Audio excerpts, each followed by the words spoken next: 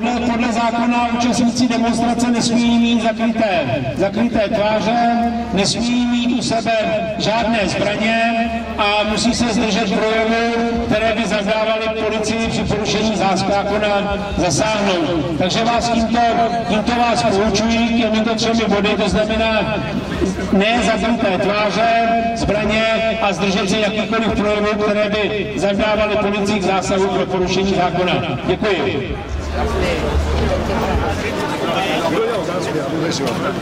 Mítink Dělnické strany sociální spravedlnosti k 17. listopadu. Sorry.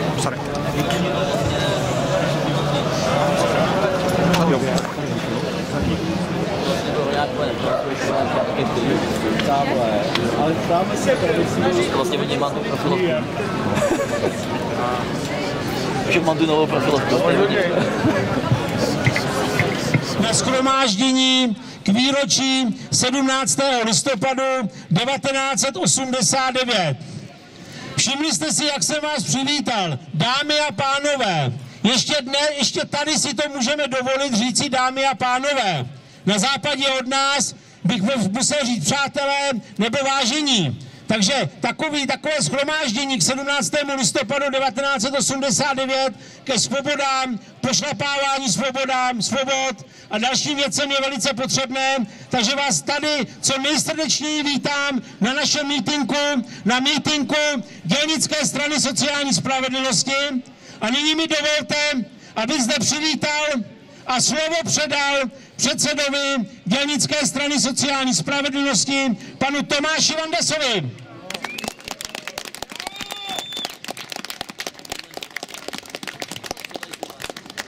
Dobrý den, vážení přátelé, vítám vás i já na dnešním shromáždění Dělnické strany. Vítám vás a vítám také naše zahraniční hosty ze Slovenska, z Německa a ze Spojených států amerických. Je to důkaz, že nacionalisté napříč státy spolupracují, protože bojují společně proti nepříteli, který nás ohrožuje. Je to dlouhých 28 let, co padl komunistický režim. Skutečně ta doba utekla velice rychle a my pamětníci, co už opravdu něco pamatujeme vzhledem k věku, si říkáme, jak to vlastně uteklo. A také vzpomínáme na tu dobu plnou euforie, nadšení, odhodlání, že nás čeká něco nového, krásného, že se dočkáme skutečné svobody slova, svobody projevu, že tedy bude lepší společnost, než byla ta předchozí. Bohužel záhy po několika letech to nadšení a euforie vyprchaly. Zcela logicky, protože jsme najednou zjistili, že nám vládnou stejní podvodníci, gauneři a korupčníci, jako byli ti předchozí, a že dokonce, a to je ten největší paradox polistopadového vývoje, že dokonce bývalý spolupracovník komunistické tajné bezpečnosti dnes čeká na jmenování českým premiérem. No tak to je naprosto tristní výsledek polistopadové éry. Co se týká dnešní doby, já si myslím, že skutečně ji musíme hodnotit pouze a pouze negativně, protože doba, jaká je dnes, tak je skutečně dobou, kdy nastupuje nová totalita.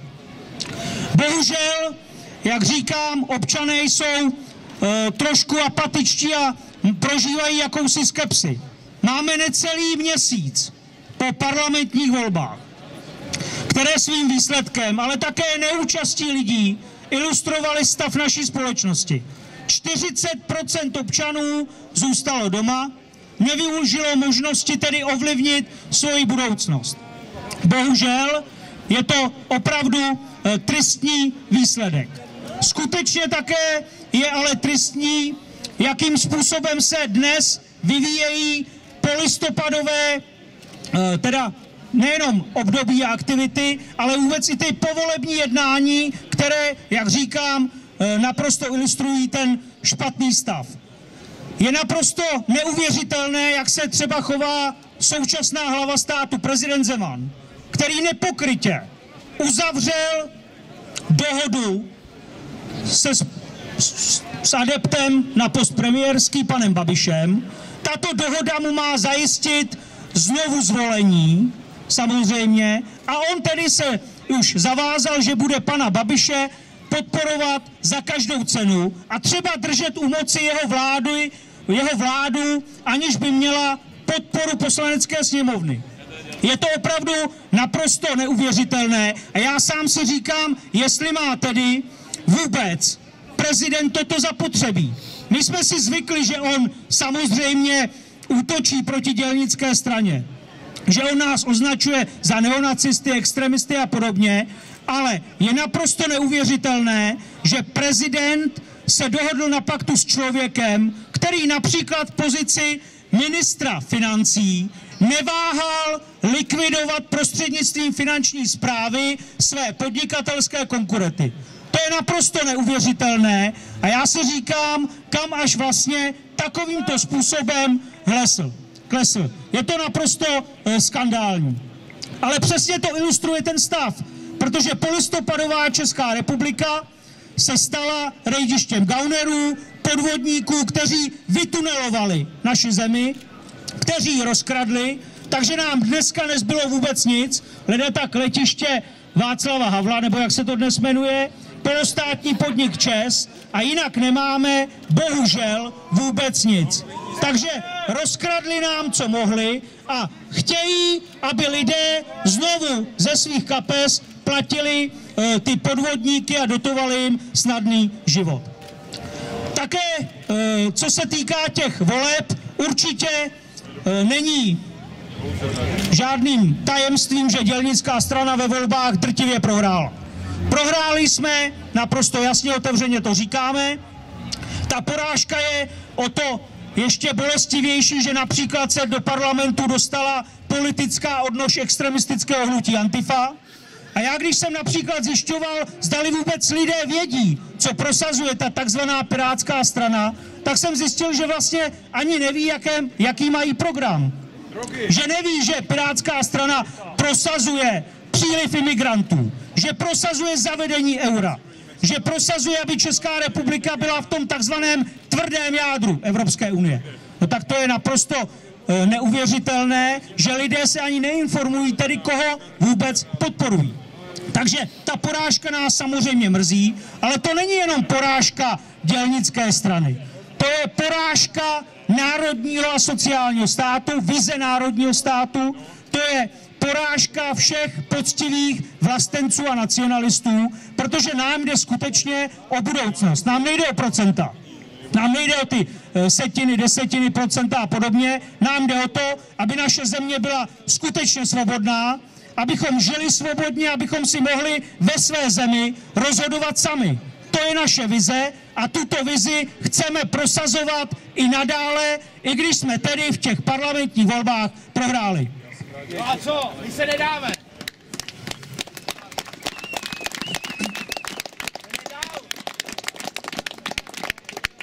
Co se týká Evropy jako celku, jak prožívala tento rok, tak byl opět ve znamení migrační krize.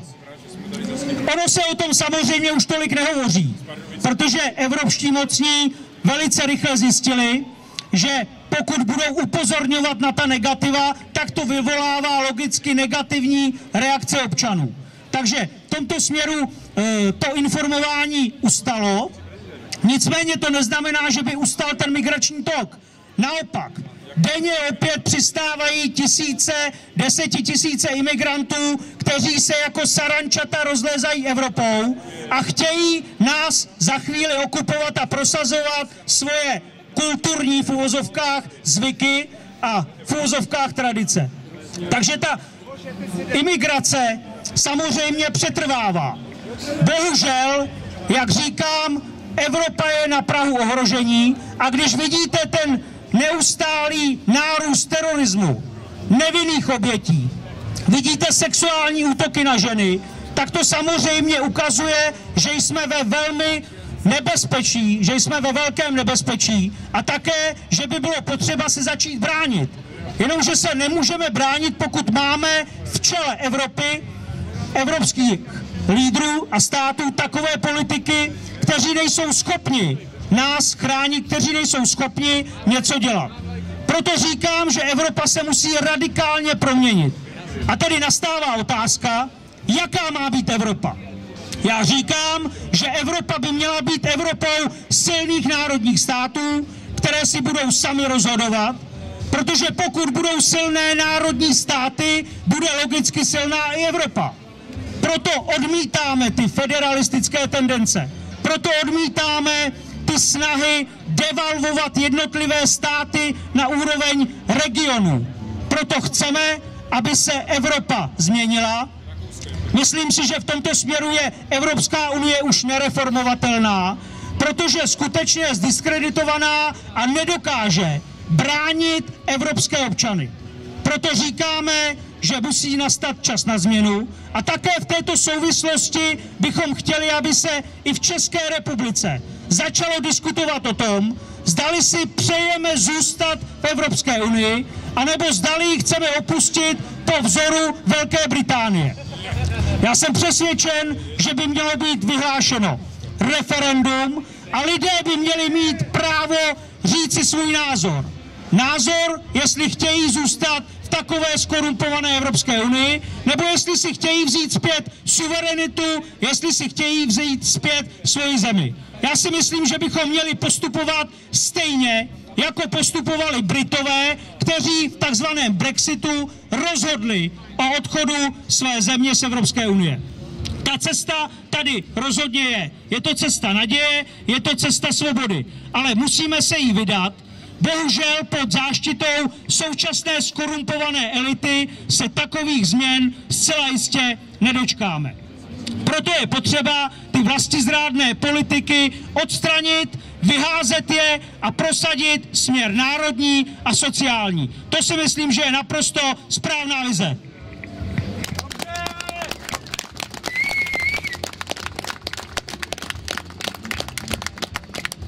Ale zpět k nám domů do České republiky. Vidíme tedy, že ta situace, která je, tak směřuje k vytvoření takzvaného Babišistánu. To znamená, že nám opět hrozí po těch letech vláda jedné strany. Teď už to není tedy strana komunistická, která si spokojeně sedí v Poslanecké sněmovně a hodlá pana Babiše podporovat, ale je to právě jeho hnutí miliardáře. Možná si někteří pamětníci vzpomenou, že jsem před 6 lety nedaleko odsud na Jungmannově náměstí varoval před tehdejším politickým nováčkem panem Babišem, před jeho vstupem do politiky, který avizoval, a samozřejmě on s jeho pochybně získaným majetkem v rámci takzvané privatizace, tedy lidově řečeno rozkrádání, si mohl dovolit obrovské investice. On si mohl dovolit koupit sdělovací prostředky, média a samozřejmě dnes po těch 6 letech je tedy těsně pod vrcholem a čeká na jmenování českým premiérem. To si myslím, že je opravdu velice divné.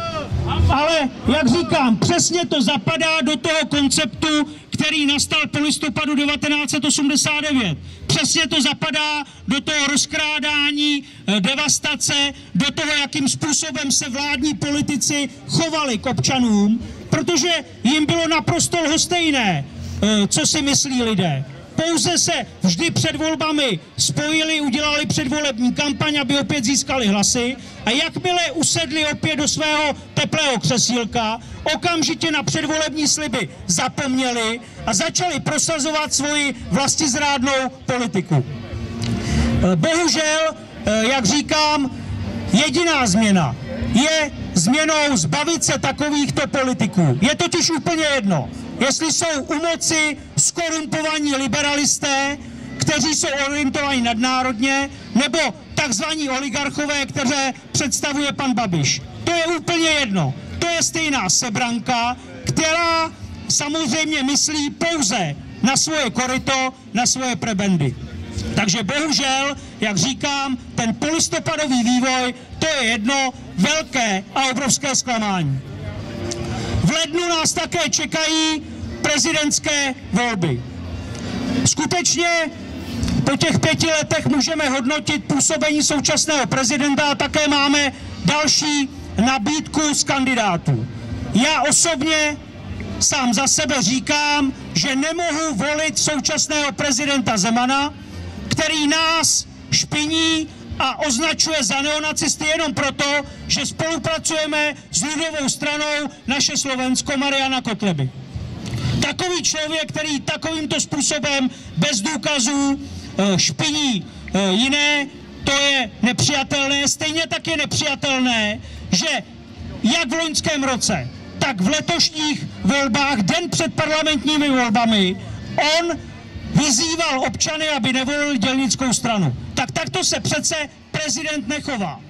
My můžeme souhlasit s jeho názory na imigrační krizi. Konec konců jsou to naše názory. Už nemůžeme souhlasit s jeho vizemi na Evropu, protože on byl pro federální Evropu, on byl pro prosazení a zavedení jednotné měny eura, tak s tímto se rozhodně stotožnit nemůžeme. Ale zase na druhou stranu, když vidím tu nabídku dalších kandidátů, no tak to je z bláta do louže. Profesor Drahoš, člověk, který leze do zadku Bruselu, člověk, který podporuje přijímání imigrantů a který říká jedním dechem lidem, že jsou hloupí, protože by neměli rozhodovat v referendu. No tak takového člověka přece také nemůžeme volit. Nebo pana Horáčka, který je velký kamarád s panem Kocábem a kteří mají velmi namočené prsty ve vytunelování privatizačního fondu Trend, a nebo pana Topolánka, toho nejčerstvějšího kandidáta, který je představitelem té nejskorumpovanější elity, korupční, ten lobismus, nadnárodní koncerny, to vše se dělo za jeho éry. Takže skutečně ta nabídka je velice, velice tristní. Já opravdu v dané chvíli nevím, koho bych tedy podpořil. Skutečně myslím si, že ta věc je ještě otevřená, ale drtivá většina kandidátů, ne-li všichni, vlastně podporují tedy Brusel, imigranty a lezou jim doslova do zadku. Takto se tedy politik, který chce představovat suverénní stát a zastupovat suverénní zemi, chovat nemůže. Takže opravdu uvidíme, jakým způsobem se tedy bude vyvíjet prezidentská volba a kdo tedy nakonec postoupí do toho druhého kola.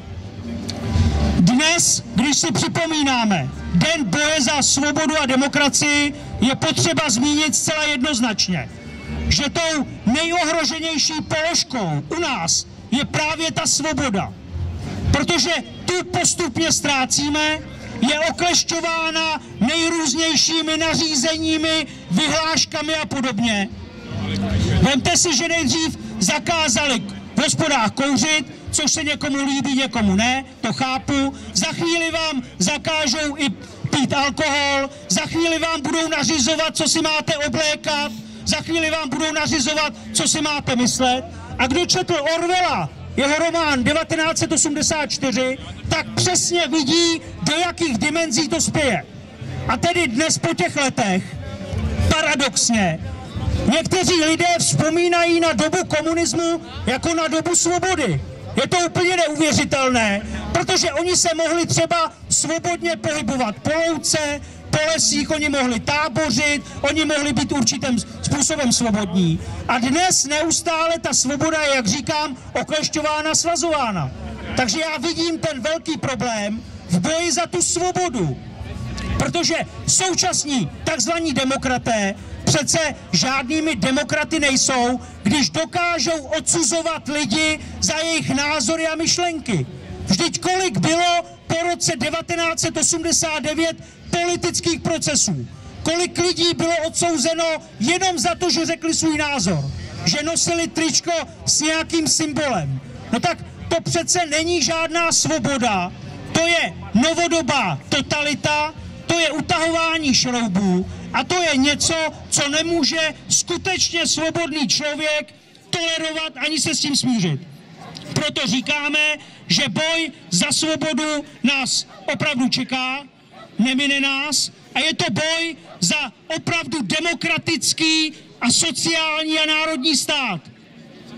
My přece nechceme nic jiného, a než aby tady byla opravdová demokracie, kde zákony budou platit pro všechny bez rozdílu barvy pleti. Aby nebyl nikdo zvýhodňován a diskriminován. Nechceme, aby se tady tolerovalo stavění mešit, chceme zákaz radikálního islámu, chceme, aby naše země patřila pouze nám, našim občanům a ti měli naprostou prioritu ve všem.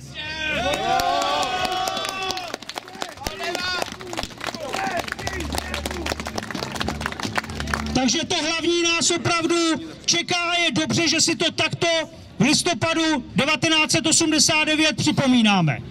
I když jsme prohráli bitvu, válku zatím ještě ne. Ta válka pokračuje a není to válka jenom o dělnickou stranu a její fungování v parlamentu. Je to opravdu válka o demokracii, o skutečnou svobodu, o tom, abychom se nakonec nestali ve své vlastní zemi menšinou. Budeme za to bojovat a já vám mohu slíbit, že v tom našem boji vytrváme. Díky za pozornost.